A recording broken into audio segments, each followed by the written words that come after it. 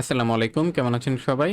তো আজকের ভিডিওতে হচ্ছে আমরা সিরিয়ালাইজার সম্পর্কে জানবো। আমরা জানা ট্রাই করব সিরিয়ালাইজার জিনিসটা কি? আর এটা হচ্ছে আমরা কেন ব্যবহার করব? তবে তার আগে হচ্ছে আমরা একটা মডেল তৈরি করব। এখন আমরা একটা পোস্টের মডেল তৈরি করব। এখন মডেল কিভাবে তৈরি করা লাগে এটা কিন্তু আপনাদের সবারই জানার কথা। কারণ আমরা এর আগে অনেকবার মডেল তৈরি করছি। তৈরি করে কিন্তু আমি এক্সাম্পলও দেখাইছি আপনাদেরকে যে মডেল কিভাবে তৈরি করা লাগে বা কেন আমরা এটা তৈরি করি।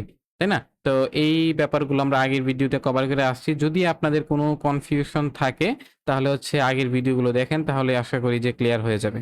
তো আমি একটা মডেল তৈরি করলাম। মডেল তৈরি করার পরে আমাদের কাজ কি? আমাদের কাজ হচ্ছে এখানে আমাদেরকে এটা মেক মাইগ্রেশন করতে হবে। কিন্তু তার আগে হচ্ছে আমাকে ভার্চুয়াল এনভায়রনমেন্ট টা চালু করতে হবে। করার পরে কি করতে হবে? আমাকে হচ্ছে manage.py make migrations এই কমান্ডটা দিতে হবে। তারপরে হচ্ছে migrate কমান্ডটা দিতে হবে। দিলাম। দেওয়ার পরে আমি এটা অ্যাডমিনে আইনা ফেলি। এখন এগুলো কি করতেছি আমি কিন্তু আবার এক্সপ্লেইন করব না। কারণ হচ্ছে আমরা এটা আগেও করছি বা বুঝার ট্রাই করছি যে কি। এইজন্য আমি আর এক্সপ্লেইন করতেছি না। তারপরে আমি আমার সার্ভারটা রান করি। করলাম রান। করার পরে আমি হচ্ছে একটা ব্রাউজার ওপেন করি। ব্রাউজার ওপেন করে লোকাল হোস্ট ৮০০০ অ্যাডমিনে যাই। অ্যাডমিন। আমাদের সুপার ইউজারও নাই। আমরা একটা সুপার ইউজার তৈরি করে ফেলি। তো ইউজার নেম দিলাম অ্যাডমিন, ইমেইল দিলাম admin@gmail.com এমনি আমি হচ্ছে একটা ইমেইল আর পাসওয়ার্ড দিতেছি। তো দেওয়ার পরে আমার অ্যাডমিন ইউজার তৈরি হয়ে গেছে। আমি হচ্ছে এই অ্যাডমিন ইউজারটার মধ্যে লগইন করব। করে হচ্ছে পোস্ট মডেলে আমি হচ্ছে ধরেন যে কিছু ডেমো পোস্ট তৈরি করলাম। ঠিক আছে? তো আবার আমি আরেকটা পোস্ট তৈরি করি। আবার আরেকটা তৈরি করি, ৩ টা তৈরি করি। তো আমি তৈরি করলাম ৩ টা পোস্ট আমার এখানে তৈরি করা আছে। তো আমরা কিন্তু এর আগে ভিউতে দেখছিলাম যে আমরা কি করতে পারি? আমরা অনেকটা এরকম করতে পারি। আমরা নতুন একটা ক্লাস তৈরি করি। মানে ক্লাস ভিউ তৈরি করি। Post list view. আমরা এখন এপিআই ভিউ ইউজ করতেছি। হ্যাঁ? আমি আগে একটা এপিআই তৈরি করলাম। তৈরি করে এখানে আমি দিয়ে দিলাম কি? যে পাথ লিস্ট এরকম ভাবে করে ফেললাম। ঠিক আছে? আর এখানে হচ্ছে আমাকে পোস্ট লিস্ট ভিউতে ইম্পোর্ট করতে হবে। ওকে। এইটুকু করার পরে আমি আমার পোস্ট পেনটা ওপেন করি। আচ্ছা, করার পরে হচ্ছে আমি এখানে কি করব? আমি এখানে হচ্ছে আমার ওই আ ভিউটাকে আমি কল করব। আচ্ছা, আমাদের ভিউ কাজ করতেছে। তো এইটুকু আমরা একদম ক্লিয়ার। আশা করি এইটুকু আপনাদের সবারই ক্লিয়ার থাকার কথা। আমি এখন পর্যন্ত কোনো কিছু এক্সপ্লেইন করি নাই। কারণ আমাদের এই ব্যাপারগুলো মানে এইটুকু আমি এখন যা করলাম, এইটুকু একদম আপনাদেরকে একদম প্রপারলি ক্লিয়ার থাকতে হবে। আর এছাড়া যদি কোনো কারণে ক্লিয়ার না থাকেন আগের ভিডিওগুলো দেখেন। তো চলুন এখন আমি আপনাদেরকে দেখাই যে আমাদের আজকের কাজ কি। তবে তার আগে হচ্ছে আমি কি করব? আমি মডেল থেকে হচ্ছে আমাদের পোস্ট মডেলটাকে ইম্পোর্ট করলাম। করার পরে আমি আপনাদেরকে আগের একটা ওয়ে দেখাই যেটা আমরা আগে করতাম। আমরা কি করতাম? পোস্ট মডেলে যে অবজেক্ট যেগুলো আছে সবগুলোকে আমরা হচ্ছে গেট করতাম।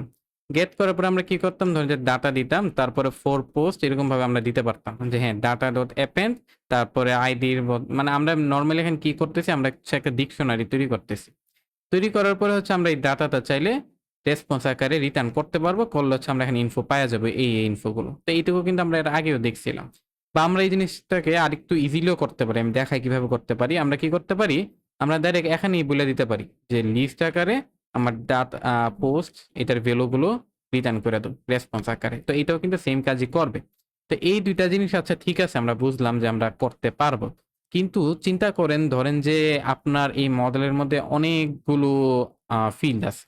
আপনি কোন একটা নির্দিষ্ট ফিল্ড যখন এখানে চেঞ্জ করতে যাবেন, তখন কিন্তু আপনাকে প্রত্যেকটা ভিউতে এসে চেঞ্জ করতে হবে। ধরেন যে এই মডেলটা আপনি অন্য অনেক জায়গার মধ্যে ব্যবহার করতেছেন, অন্য আরো কয়েকটা ভিউতে ইউজ করতেছেন।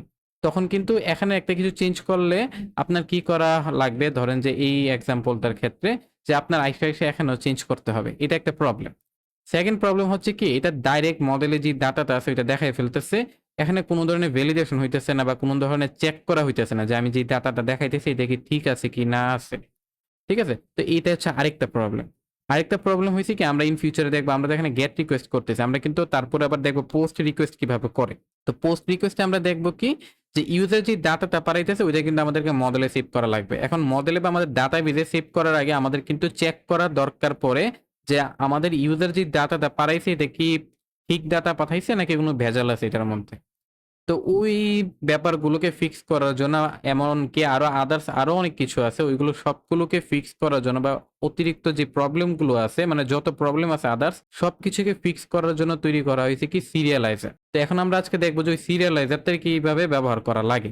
তো ওইটা করার জন্য আমাদের কি করতে হবে, আমাদের হচ্ছে সিরিয়ালাইজার্স নামে একটা ফাইল তৈরি করতে হবে, সিরিয়ালাইজার্স ডট পাই। এখানে আমাকে হচ্ছে ফ্রম রেস্ট ফ্রেমওয়ার্ক থেকে সিরিয়ালাইজারটা ইম্পোর্ট করা লাগবে।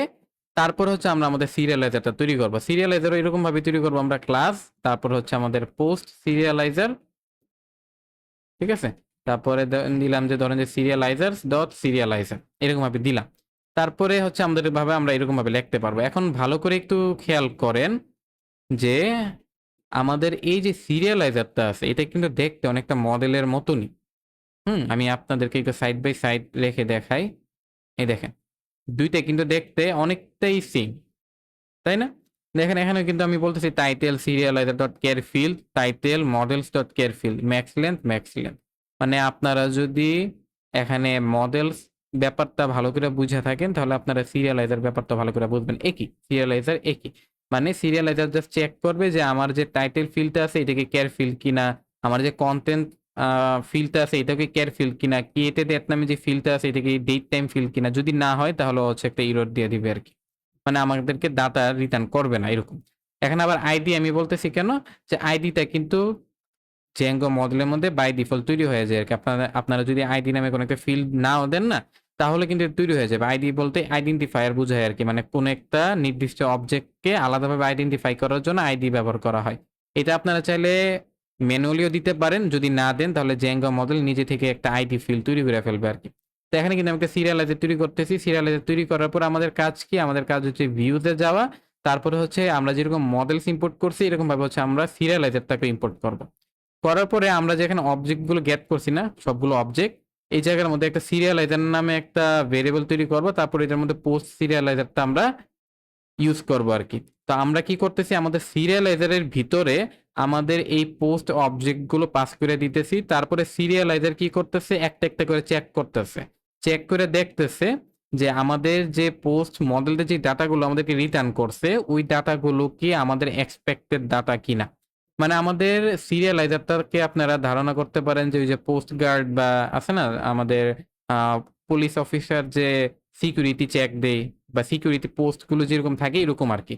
যে আমাদের সিরিয়ালাইজার কি করে, কোনো কিছু একটা পাঠানোর আগে, রেসপন্স আকারে পাঠানোর আগে চেক করে যে ওই ডাটাগুলো কি প্রপার ডাটা কিনা। ইউজার থেকে যখন কোনো একটা ডাটা আমরা গেট করব, মানে যখন পোস্ট রিকোয়েস্টে আর কি, যখন আমরা ইউজার থেকে কোনো একটা ডাটা পাবো ওইটাকে চেক করার জন্য, মানে চেক করে যেন আমরা মডেলে বা ডাটাবেসে সেভ করি, ওইটা করার জন্য হচ্ছে আমাদের সিরিয়ালাইজারটা ব্যবহার করা হয়। আর এখানে মেনি দেওয়া, মেনি ইকুয়াল টু ট্রু দেওয়া হয়েছে কেন, এটা দেওয়ার কারণ হচ্ছে আমাদের এখানে পোস্ট মডেলটা একাধিক অবজেক্ট রিটার্ন করতে পারে। তো একাধিক অবজেক্ট চেক করার জন্য আমরা এখানে মেনি ইকুয়াল টু ট্রু দিয়ে দিই আর কি। তারপরে আমাদের কাজ হচ্ছে সিরিয়ালাইজার ডট ডাটা, এটা হচ্ছে রেসপন্স আকারে রিটার্ন করে দেওয়া। এটা দিলে হচ্ছে কিন্তু আমাদের এইটাই আসতেছে। কিন্তু সিরিয়ালাইজারের ম্যাজিকটা দেখেন, আমি জাস্ট এখানে ধরেন যে আমি চাচ্ছি কি কন্টেন্টটা রিটার্ন না করুক। তো আমি এখানে কি করবো, কন্টেন্টটাকে ধরেন যে আমি সরাই ফেললাম সিরিয়ালাইজার থেকে। সিরিয়ালাইজার থেকে সরাই ফেললে আমাদের এখান থেকে সরে যাবে, আমাদের ভিউ থেকে সরে যাবে। এখন ধরেন কি আপনি এরকম আরো 100টা ভিউ তৈরি করছেন, তো 100টা ভিউতে আপনারা সেম সিরিয়ালাইজার ইউজ করতেছেন।